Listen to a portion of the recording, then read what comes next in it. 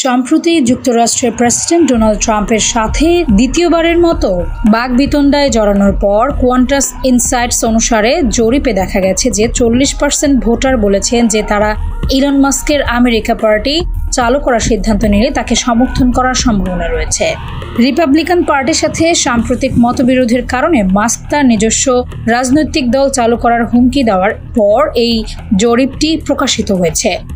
তিনি সম্প্রতি এক্সতে একটি পোস্টে বলেছেন, একটি নতুন রাজনৈতিক দলের জন্য সময় এসেছে যারা আসলে জনগণের কথা চিন্তা করে।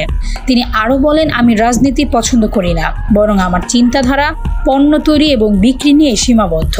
অনেক ক্ষেত্রেই আমার ভূমিকা ছাড়াই আমি দোষী হয়েছি নানান রাজনৈতিক প্রাঙ্গণে, অথচ দেশের বর্তমানে ক্রয় কিংবা বিক্রয়ের কর আশানুরূপ নয়।